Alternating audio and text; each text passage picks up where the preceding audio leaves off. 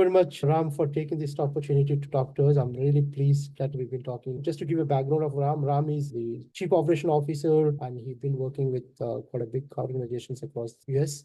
It's a privilege to talk to you, Ram. So could you please introduce yourself to my audience? Thank you, Suresh. It's a pleasure to be here.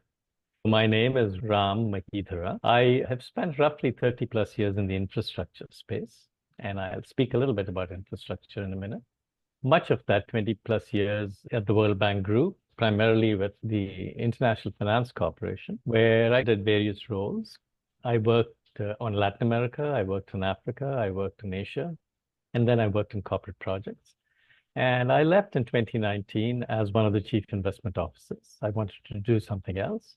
I started my own consulting company, consulted for the Asia Infrastructure Bank, and then three of us decided to start a company, Arara, which was focused on trying to get a handle and a solution on Scope 3 emissions. So it was focused on environmental, social, corporate governance issues. But Scope 3 emissions, for many industries, the largest component of their total emissions. They were the most difficult to measure, and we tried to come up with a way in which we could measure them effectively and quickly, getting a 90% answer with 10 or 20% of the time and cost involved, rather than getting 100% of the answer with millions of dollars and years of time involved. I was the chief operation officer and one of the three co-founders. And then subsequently, the timing was probably not the right one for us. And so we've transitioned that company down.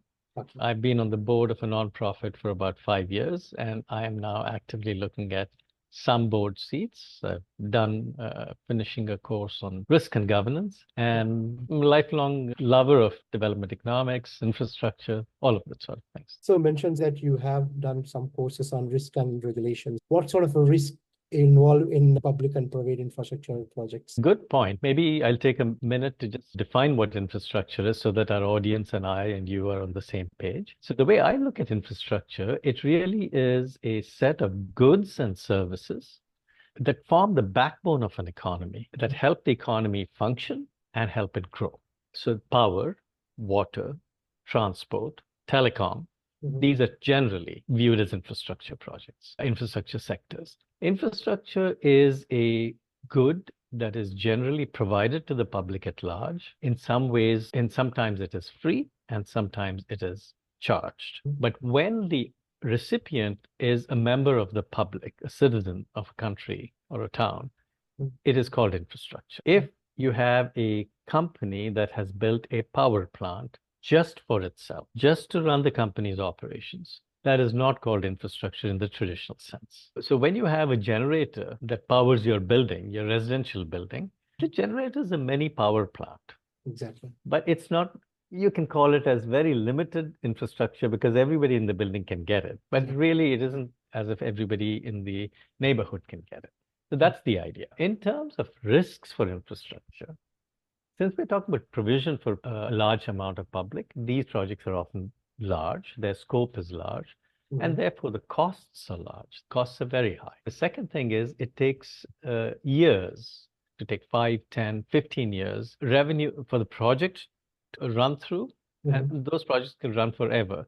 But about 15 years for the project to start generating enough cash so that if this is funded privately, the payment can be made to those who are funding it.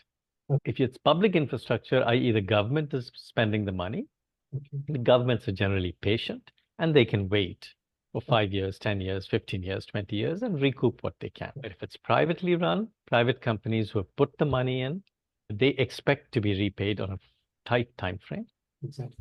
Lenders who have lent to the project expect to be repaid on a tight time frame. So there are risks involved, whether the cash flows come in or not.